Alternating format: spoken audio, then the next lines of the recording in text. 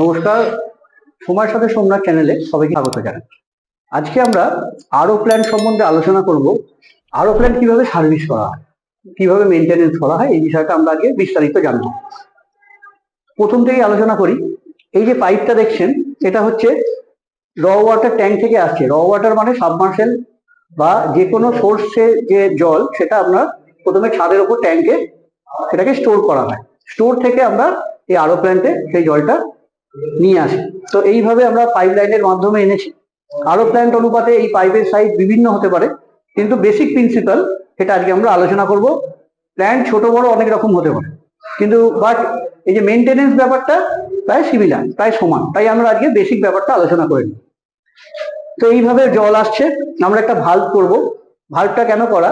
কারণ যেহেতু ট্যাঙ্ক উপরে আছে, তাই গ্র্যাভিটি প্রেসারে যাতে জলটা নষ্ট না হয়, যখন আমরা প্ল্যান্ট চালাবো বা প্ল্যান্টের জল নেব, ব্যবহার করব, তখন এই ভাল্বটা ওপেন থাকবে, আদারওয়াইজ ক্লোজ থাকবে। ক্লোজ সাইন হচ্ছে এইটা, পাইপের সাথে ভাল্ব টি এইভাবে থাকবে। আর যখন আমরা চালু করব তখন আমরা এইভাবে খুলে নেব। আমরা খুলে নিয়েছি, জল আসছে। জল এসে প্রথমে এখানে একটি ছোট্ট পাম্প আমরা ব্যবহার করেছি। এই পাম্পটি কিলোস্কয়ার কোম্পানি 1 HP পাম্প। এটা এই পাম্পটাই আমরা ব্যবহার করি এবং খুব সাকসেসফুল পাম্প। তারপরে জল এইভাবে এসে আমাদের প্রথম ভেসেলে আসছে। এটা হচ্ছে অক্সিডেশন চেম্বার। এই অক্সিডেশন চেম্বারের কাজ হচ্ছে জলের যে আয়রন দ্রবীভূত অবস্থায় থাকে সেটাকে ফর্ম করানো, যাতে এর পরের আয়রন ফিল্টারে আয়রনটা খুব ভালোভাবে পরিষ্কার হয়ে যায়। তো এই অক্সিডেশন চেম্বারের মধ্যে আমরা 3-4 রকম মিডিয়া ব্যবহার করি। প্রথমে গ্যাবেলস, 3 রকম সাইজের গ্যাবেলস আমরা ব্যবহার করি। তারপরে স্যান্ড ব্যবহার করি, তারপর MnO2 ব্যবহার করি। MnO2 means manganese dioxide. তারপর একটি প্রেসার গেজ আমরা ব্যবহার করি। এই প্রেসার গেজটা ব্যবহার এই কারণে করি যে র ওয়াটার পাম্পটা আমাদের ঠিকমতো চলছে কিনা। তো এই প্রেসার গেজে প্রেসার উঠলে আমরা বুঝতে পারি র ওয়াটার পাম্প আমাদের ঠিকমতো চলছে। আচ্ছা, এইটা হচ্ছে টপ মাউন্ট মাল্টিপোর্ট ভালভ। এই মাল্টিপোর্ট ভালভের 3টি পজিশন থাকে।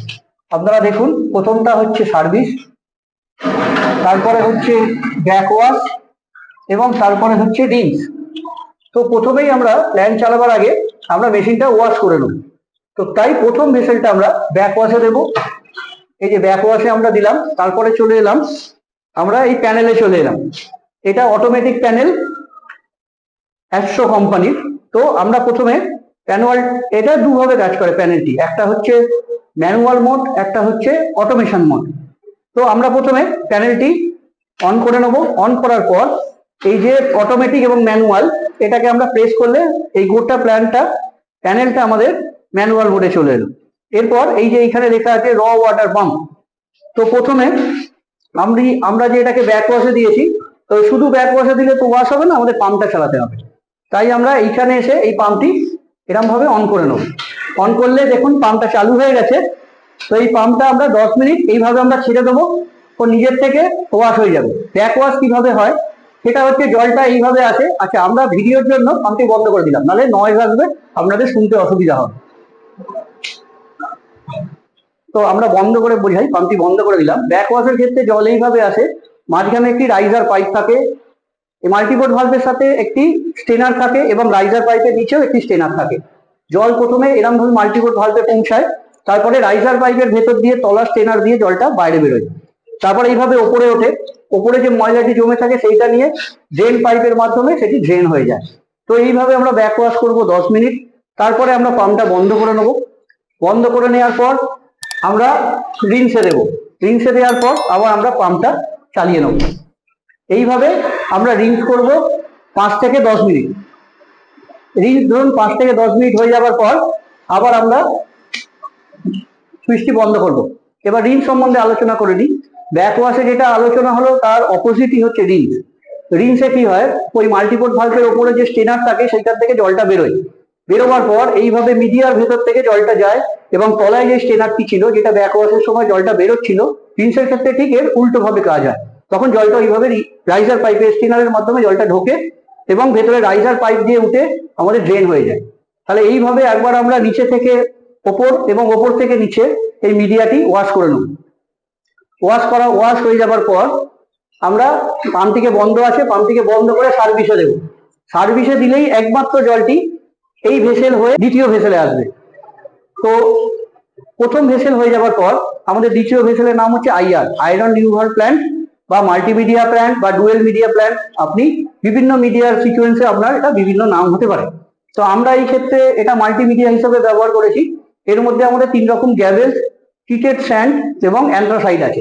তো বিভিন্ন জায়গায় আয়রনের ক্ষেত্র বিশেষ অনুযায়ী এই আয়রন ফিল্টার বিভিন্ন রকম মিডিয়া ব্যবহার করা হয়। কম আয়রন যেখানে আছে সেখানে একরকম ব্যবহার করা হবে, যেখানে বেশি আয়রন, অত্যাধিক আয়রন, সেখানে মিডিয়ার কোয়ালিটি, কোয়ান্টিটি আলাদা রকম আমরা চেঞ্জ করে এটিকে বানাই। তো এইখানে আমরা যেখানে এসেছি এইখানকার র ওয়াটার অনুপাতে আমরা এইভাবে এটাকে ডিজাইন করেছি।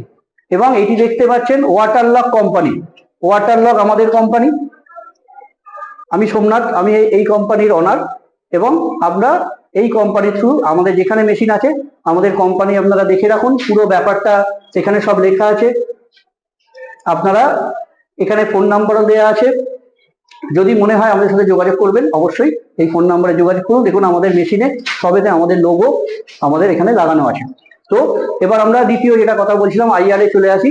আইআর এও ঠিক সেম, যখন আমরা আইআর ব্যাকওয়ার্ড ইউজ করবো, প্রথমে পাম্প বন্ধ করব, বন্ধ করার পর আমরা ভাল্বটি এইভাবে ঘোরাবো। সবসময় ভাল্ব আমরা অ্যান্টি ক্লকওয়াইজ ঘোরাবো, ঘড়ির কাঁটার বিপরীত দিকে। তাহলে কি হবে, ভাল্বটি আমাদের একবার ঘোরালেই পুরো ব্যাপারটা কমপ্লিট হয়ে যাচ্ছে। আর আমরা যদি ক্লকওয়াইজ ঘোরাই তাহলে একটি বারকে 2-3 বার ঘোরাতে হবে। যতবার ঘোরাবো এই ভাল্বের এইখান থেকে সমস্যা হতে পারে, লিক হতে পারে। তাই এটা যত কম ঘুরিয়ে পুরো ব্যাপারটা করা যায় ততই ভাল্বের লংজিভিটি বাড়বে এবং ভালো থাকবে। তো আমরা এইভাবে এটাকে আবার ব্যাকওয়াশে দিয়ে দিলাম এবং আমরা আবার প্যানেল দিয়ে অন করব ম্যানুয়াল মোডে। অন করলে র ওয়াটার অন হয়ে যাবে। এইভাবে আবার 10 মিনিট আমরা ছেড়ে দেবো ব্যাকওয়াশ হয়ে যাওয়ার জন্য। আগে আলোচনা করেছি ব্যাকওয়াশের ফ্লো কিভাবে হয়। এটা 10 মিনিট কমপ্লিট হয়ে গেলে আবার আমরা বন্ধ করলাম র ওয়াটার পাম্প। তারপর আবার অ্যান্টি ক্লকওয়াইজ ভাল্বটা প্রেস করে অ্যান্টি ক্লকওয়াইজ ঘুরিয়ে আমরা রিন্সে দিলাম। রিন্সে আবার 5 থেকে 10 মিনিট আবার আমরা এটা অন করলাম, আবার চালু হলো আমাদের র ওয়াটার পাম্প। এইভাবে 5 থেকে 10 মিনিট রিন্স হয়ে যাওয়ার পর আমরা আবার এটিকে বন্ধ করব এবং আমরা এটিকে সার্ভিস মোডে দেবো। তো এই ভাল্বটা যখনই আমরা ঘোরাবো প্রেস করে এই অ্যান্টি ক্লকওয়াইজ ঘোরাতে হয়, ততবার কিন্তু আমরা এই র ওয়াটারটাকে সুইচ অফ করব। র ওয়াটার চলাকালীন যদি আমরা এই ভাল্বকে ঘোরাই তাহলে ভাল্ব ফেটে যেতে পারে বা পাইপলাইন খুলে যেতে পারে। তো সেই ক্ষেত্রে প্ল্যান্টের লংজিভিটির জন্য আমরা ভাল্ব ঘোরাবার সময় র ওয়াটার পাম্প সুইচ অফ করে তারপরেই আমরা এটাকে ঘোরাবো।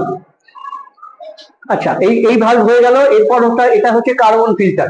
কার্বন ফিল্টারেও সেম আছে, টপ মাউন্ট মাল্টিপোর্ট ভাল্ব। এটারও 3টে পজিশন, সার্ভিস, ব্যাকওয়াশ এবং রিন্স। এই দুটো আমরা যেইভাবে ব্যাকওয়াশ রিন্স করলাম এটিকেও আমরা সেইভাবে ব্যাকওয়াশ রিন্স করে নেব।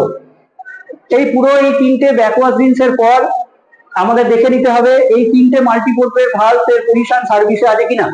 যদি সার্ভিসে থাকে তাহলে পরবর্তী স্টেপে আমরা যাব। পরবর্তী স্টেপে যাওয়ার আগে আরেকটু ভালো করে বলে দিই, আমরা সবসময় সুইচ অফ করে এই লিভার আমরা ঘোরাবো। লিভার ঘুরিয়ে পজিশনে দেওয়ার পরেই আমরা র ওয়াটার সুইচটা অন করব। পাম্প অন অবস্থায় যেন এখানে আমরা কোনোভাবে হাত না দিই, হাত দিলে একটি বিপদ হতে পারে বা আমাদের এই ভাল্বটি নষ্ট হয়ে যেতে পারে। তাই আমরা সবসময় পাম্প অফ করে এই ভাল্বটির পজিশন চেঞ্জ করব। আর একটা যেটা আলোচনা করলাম, এই ব্যাকওয়াশ যেটা আপনারা 10 থেকে 15 মিনিট দেবেন, রিন্স 5 থেকে 10 মিনিট দেবেন। সেই ক্ষেত্রে অনেক সময় এরকম হয় যে ব্যাকওয়াশ আমরা 15 মিনিট 10 থেকে 15 মিনিট যখন দিচ্ছি তখন আমরা অন্য কাজে হয়তো ব্যস্ত হয়ে পড়ি, বা 10 মিনিট আমরা ঘুরে আসি, 15 মিনিট যেটা আমিও দিয়ে দিলাম, তারপরে আমি ঘুরে অন্য কাজ করে আসি, বা ফোন দেখি 10 মিনিট 15 মিনিট হয়ে গেল আবার এসে ঘুরিয়ে দিলাম, রিলস দিলাম, আবার ঠিক 5-10 মিনিট আমরা অন্য কাজ করে টাইম দেখে চলে এলাম, ঘুরিয়ে দিলাম, এইভাবে করি। তো এইভাবে করাটা উচিত নয়। কারণ জলের নিয়ম হচ্ছে যখন ব্যাকওয়াশ দিলাম এইটা জলটা যেভাবে স্রোত হয়, হয়তো ও যেটা বেছে নেয় যে আমি এই পথ দিয়েই বইবো, সেই পথ দিয়েই হয়, এই জায়গাটা হয়তো জলটা পৌঁছায় না বা ব্যাকওয়াশটা ঠিকভাবে হয় না। তাই এর ভালো সব থেকে মেনটেনেন্স হচ্ছে আমরা ব্যাকওয়াশ 15 মিনিট, রিলস 10 মিনিট, সেই ক্ষেত্রে এই যে 25 মিনিট সময়টাকে আমরা 3 ভাগে ভাগ করে নেবো। এবং এই 3 ভাগে ভাগ করার পর ধরুন 5 মিনিট ব্যাকওয়াশ দিলাম, 2 মিনিট রিলস দিলাম, আবার 5 মিনিট ব্যাকওয়াশ দিলাম, 2 মিনিট, এরকম ভাবে ঘুরিয়ে ঘুরিয়ে এটা 3-4 বার পজিশন চেঞ্জ করে ব্যাকওয়াশ রিলস করলে সব থেকে ভালো ওয়াশিংটা হয়। এর ভেতরে ময়লা নর্মাল একবার দেওয়ার পর একবার ব্যাকওয়াশ 15 মিনিট, রিলস 10 মিনিট, এইভাবে করার থেকে যদি আমরা 3-4 বার এই টাইমটাকে ভাগ করে ঘুরিয়ে ঘুরিয়ে করি তাহলে একবারের থেকে 3-4 বার ঘুরিয়ে করলে বেটার কাজ হয়। তাহলে মোটামুটি আমাদের এইগুলো ফিল্টারেশন কিভাবে ব্যাকওয়াশ রিলস করতে হয় আমরা শিখলাম। এবং যাদের বাড়িতে আয়রন গার্ড আছে, 1টি ভেসেল, 2টি ভেসেল, 3টি ভেসেল আছে, তাদের ক্ষেত্রেও কিন্তু সমান নিয়ম। যাদের বাড়ির ছাদে বা বাড়ির বাথরুমে বা কোথাও বারান্দায় আয়রন গার্ড লাগানো থাকে 1টি বা 2টি, তাদেরও এই ব্যাকওয়াশ রিন্স পদ্ধতিটা সমান। সেই ক্ষেত্রে র ওয়াটার পাম্পটা হয়তো প্যানেলের সাথে যুক্ত থাকে না, কোনো সুইচ বোর্ডের সাথে যুক্ত থাকে, সেখানে এমসিবি থাকতে পারে, সুইচ থাকতে পারে বা স্টার্টার থাকতে পারে। তো যখন আমরা ব্যাকওয়াশ রিন্স করবো তখন যেন এই পজিশন চেঞ্জ করার সময় আমরা এই পাম্প বন্ধ করেই এর পজিশন চেঞ্জ করি। তাহলে সেই ক্ষেত্রে আরো প্ল্যান্ট হোক বা বাড়িতে আয়রন রিমুভাল হোক, একই পদ্ধতিতে আমরা করবো।